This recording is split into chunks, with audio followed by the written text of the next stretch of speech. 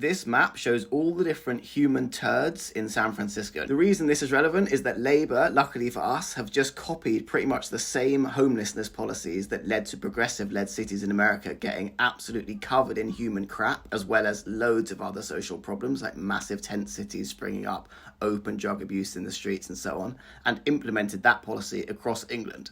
This is the sort of typical scene you'll see in US cities which have this sort of policy in place.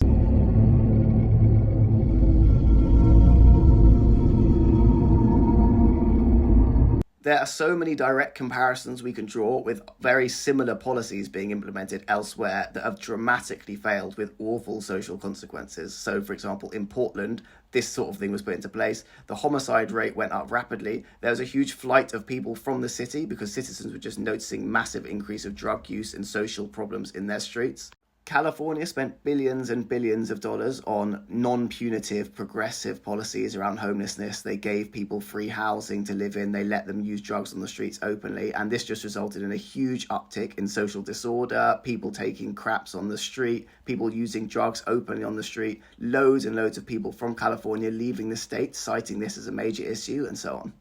In the UK in recent years, we've had a laxer approach to the enforcement of laws around rough sleeping, and we've actually seen an uptick in the sort of problems I've just described in Britain in tandem with that.